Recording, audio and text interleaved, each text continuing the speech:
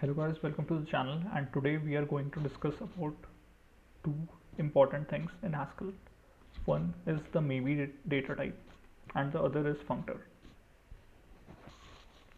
Now what is the maybe data type? So this is the definition of the maybe data type. Maybe A can be either nothing, that is it's an empty value, or it can be just A. So again, to remind, this A is actually a type. This A is not a value, it's a type. So maybe of some type is either just of that type or it's nothing.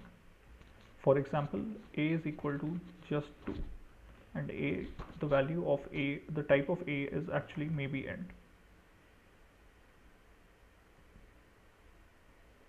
Okay, now it's containing that ambiguous reference because it's already defined in the prelude. So let's try to think about, let's try to make a different data type called option. So option A is some A or it's none. So this is just like the maybe data type we have in Haskell.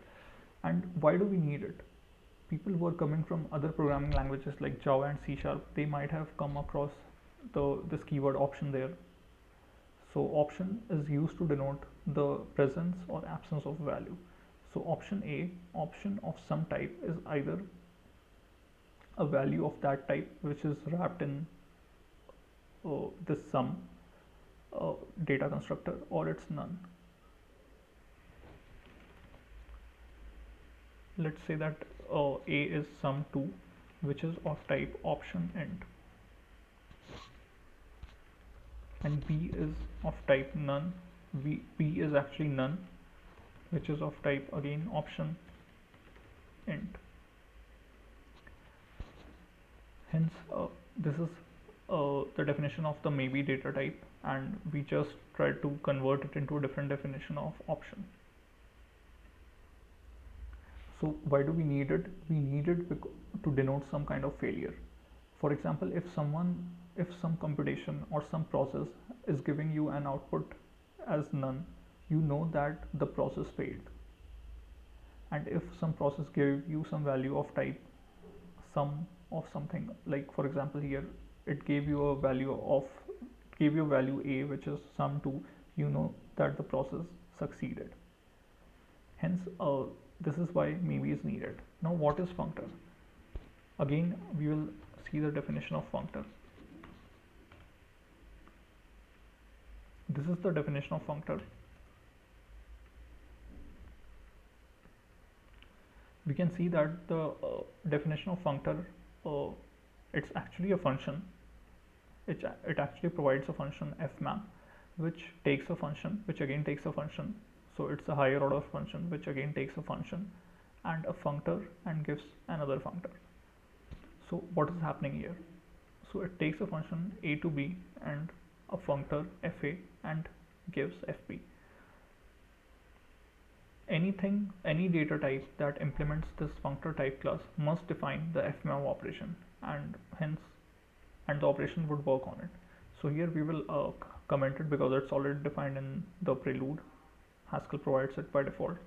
So now let's try to define functor for our data type option.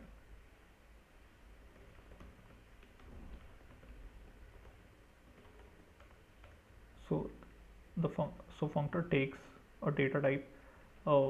Here it's the option data type. Now fmap some function func, and let's say it is of type sum x. So the output would be sum function applied to x, but the other variant would be when we have none, that is we don't have any value. So we don't care what our function is. When the function is applied to none, we will get none. To think about it, we can visualize it this way. So this is the option or the maybe type.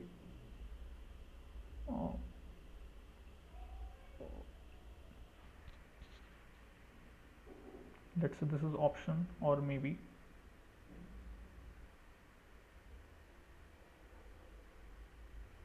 and this is some function f, and this consists of some value v. Now this function can be applied to the value v. If this function is applied to value v, the output would be, let's say, x, which is correct because the function f takes a value of type some v type of value, and let's say the value is currently v, and when applied to it the function gives the output as x. But this function cannot be used on this data type, which is option or maybe, because the input to this function is a value of type v, but here we are giving it a value of type maybe v or an option v. How do we overcome this problem? Because if we don't overcome it, obviously we will have to implement the function for every kind of data type, which can be much more redundant, because we know that the definition of f is already applicable on data type v. Why use it for data type, for the same data type wrapped in another data type? So instead we can use this value to apply to this data type, and again the output would be x wrapped in the data type option or maybe. So this f is actually to apply f to this value v. We just try to go inside this value, we just try to go inside this wrapper, apply this function to it, and we get a new wrapped value x, which is the which consists of the value f applied to the value v. Hence this is the definition of fmap. And in case of maybe, we can think of maybe or option as a type of container which contains a value of type v. This function, which is already defined on the value of type v, is applied to that value, and we get another container which consists of the value x. So this is what is happening here. Fmap function some value x, and we will get some, this function is applied to that value x, and when the value is none, we know that the container is empty, don't apply anything to it. Again, I am using the word container here, but it is not exactly the correct word, and we will see about it when we discuss about monad 2 videos from now. Now let's try to test this function.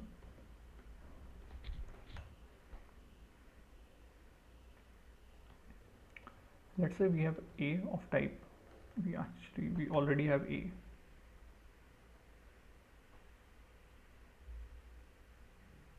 Okay, so we don't have any show instance, so we can do deriving show.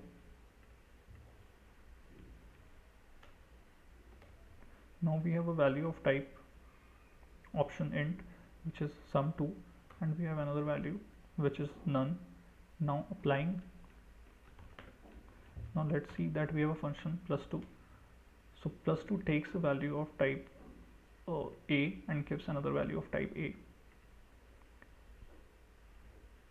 Now +2 fmap a would give us sum4. So it is actually sum2, and applying +2 to it would give us sum4. And fmap +2 applied to none would give us none, because the container is empty, and +2 applied to an empty value would give us nothing. Similarly, fmap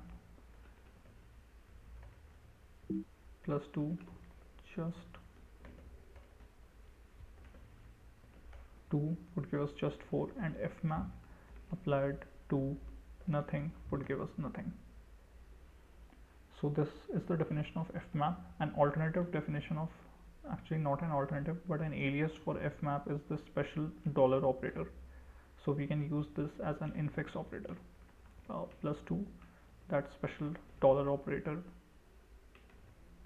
sum2 would give us sum4, and +2 special dollar operator none would give us none.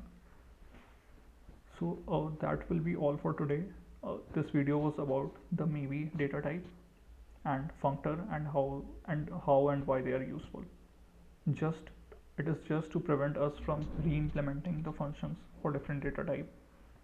Actually, we are re-implementing it for different data type whenever we are defining the functor instance for those data types.